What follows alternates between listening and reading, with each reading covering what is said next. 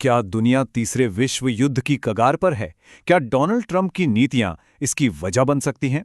आज हम इसी बहुत ही डरावने सवाल का जवाब ढूंढेंगे, एक खास विश्लेषण के आधार पर। देखिए, एक बात तो साफ है। बड़े युद्ध वो कभी एक दिन में शुरू नहीं होते। वो तो धीरे धीरे अंदर ही अंदर सुलगते रहते हैं। जैसे 1914 में एक कत्ल हुआ या 1939 में पोलैंड पर हमला हुआ। ये तो बस एक चिंगारी थी। असली आग तो सालों से लगी हुई थी। तो चलिए अब सीधे चलते हैं उस काल्पनिक दुनिया में। मान लीजिए साल है 2026, महीना जनवरी का। इस विश्लेषण के मुताबिक डोनाल्ड ट्रंप की जो अमेरिका फर्स्ट वाली पॉलिसी थी ना, वो अब सिर्फ अमेरिका और कोई नहीं बन चुकी है। और बस यहीं से एक ऐसे खतरनाक खेल की शुरुआत होती है जो पूरी दुनिया को हिलाकर रख सकता है। तो सवाल ये है कि ये सब होता कैसे है। आइए एक नजर डालते हैं तबाही के उस कैलेंडर पर। वो शुरुआती 11 दिन जिन्होंने दुनिया का नक्शा ही बदल कर रख दिया। साल का पहला दिन 1 जनवरी। अमेरिकी कमांडो सीधे वेनेजुएला की राजधानी में उतरते हैं और पता है क्या करते हैं?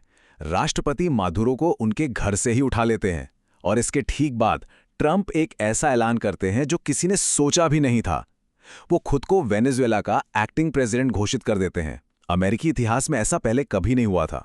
अभी इस घटना को सिर्फ 2 ही दिन हुए थे कि अमेरिकी नेवी ने वेनेजुएला के पास रूस की एक न्यूक्लियर सबमरीन और एक तेल टैंकर को चारों तरफ से घेर लिया। ये रूस के लिए एक खुली चुनौती थी, सीधी सीधी। फिर अगला निशाना बना भारत, एक ऐसा देश जो अमेरिका का सहयोगी माना जाता है। उस पर सीधा 50% का भारी भरकम टैरिफ लगा दिया गया। और इसकी वजह सुनकर तो शायद यकीन ही ना हो। वजह यह बताई गई कि प्रधानमंत्री मोदी ने ट्रंप को फोन नहीं किया था। उसके ठीक अगले दिन अमेरिकी जहाजों ने चीन जाने वाले सारे तेल टैंकरों का रास्ता ही रोक दिया। चीन के लिए एक बहुत बड़ा झटका था, मानो उसके सर्वाइवल पर ही हमला हो। लेकिन अमेरिका का मैसेज बिल्कुल साफ था, अगर तेल चाहिए तो अब हमसे खरीदो। सिर्फ 11 दिनों के अंदर पूरी दुनिया बदल चुकी थी। वेनेजुएला के राष्ट्रपति का अपहरण हो चुका था, रूस की पनडुब्बी पर कब्जा था, भारत पर टैरिफ लग चुका था, चीन की तेल सप्लाई बंद थी और उधर पुतिन और किम जोंग उन मिल रहे थे। यहां तक कि अमेरिका ने अपने नेटो सहयोगी डेनमार्क को भी धमकी दे डाली थी। पूरी दुनिया तबाही के मुहाने पर आकर खड़ी हो गई थी।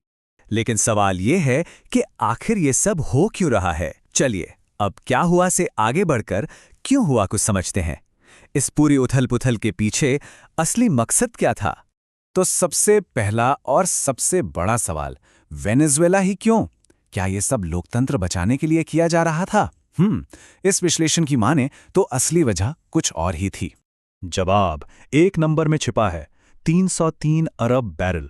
जी हां, ये वेनेजुएला का तेल का भंडार है, दुनिया में सबसे बड़ा।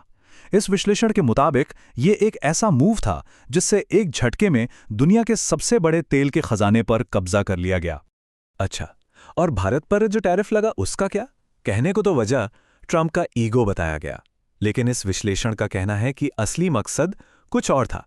असली मकसद था उन सबको एक कड़ी चेतावनी देना जो अमरीकी डॉलर की बादशाहत को चुनौती देने की हिम्मत करते हैं। ये विश्लेषण इसके लिए एक नया टर्म भी देता है, डॉलर ट्रंप। इसका मतलब है एक ऐसी फॉरेन पॉलिसी जहां अमेरिकी डॉलर की ताकत को मिलिट्री पावर से लागू किया जाता है। मतलब ये लड़ाई बंदूक की नहीं बल्कि पैसों की है। अब जाहिर सी बात है, जब इतनी बड़ी बड़ी कार्रवाइयां होंगी तो इसका असर तो पूरी दुनिया पर पड़ेगा ही। पुराने दोस्त दुश्मन बन रहे थे और पुराने दुश्मन दोस्त। याद कीजिए 1949 में नेटो बना था और उसका एक ही वादा था, एक ही सिद्धांत था, एक पर हमला मतलब सब पर हमला। और इसी एक वादे के भरोसे पूरा यूरोप पिछले 70 सालों से शांति से जी रहा था। लेकिन तब क्या हो जब एक दोस्त ही दूसरे दोस्त की जमीन छीनने की धमकी देने लगे। इस विश्लेषण के मुताबिक जब ट्रंप ने नाटो के ही एक सदस्य डेनमार्क से ग्रीनलैंड मांग लिया तो यह नाटो की बुनियाद पर ही सीधा हमला था। तो एक तरफ जहां अमेरिका अपने ही दोस्तों को डरा रहा था, वहीं दूसरी तरफ उसके दुश्मन एक हो रहे थे। पुतिन, शी जिनपिंग और किम जोंग उन। इन तीनों का एक साथ आना एक नए और बहुत ही खतरनाक गठबंधन का इशारा था। पर देखिए, आज की लड़ाई सिर्फ जमीन, आसमान या समंदर में नहीं लड़ी जाती। अब बात करते हैं उस अदृश्य युद्ध की, और उसका और हमारा यानी आम इंसान पर क्या असर पड़ सकता है। असली मिसाइलें चलने से बहुत पहले साइबर और स्पेस में एक जंग छिड़ सकती है।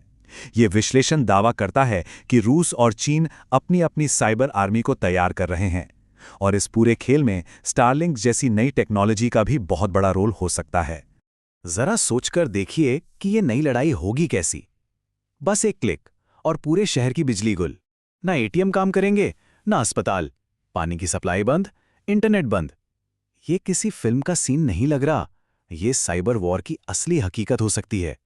और इस आने वाले खतरे का सबसे बड़ा सिग्नल क्या है? इस विश्लेषण के मुताबिक दुनिया भर के जो अरबपति हैं ना, वो बंकर बना रहे हैं। और एक बात तो साफ है, जब अमीर लोग जमीन के नीचे छिपने की तैयारी करने लगें तो समझ जाना चाहिए कि ऊपर कुछ बहुत बड़ा गड़बड़ होने वाला है। और इस पूरी लड़ाई का सीधा असर हम सबकी जेब पर पड़ेगा। सोचिए, अगर आज तेल $63 प्रति बैरल है तो इस तनाव के बीच ये आराम से $150 के भी पार जा सकता है। और इसका सीधा सा मतलब है कमर तोड़ महंगाई। हर एक चीज महंगी हो जाएगी। इस विश्लेषण के शब्दों में ही कहें तो माचिस की तीली जल चुकी है और वो बारूद के ढेर पर गिर भी चुकी है।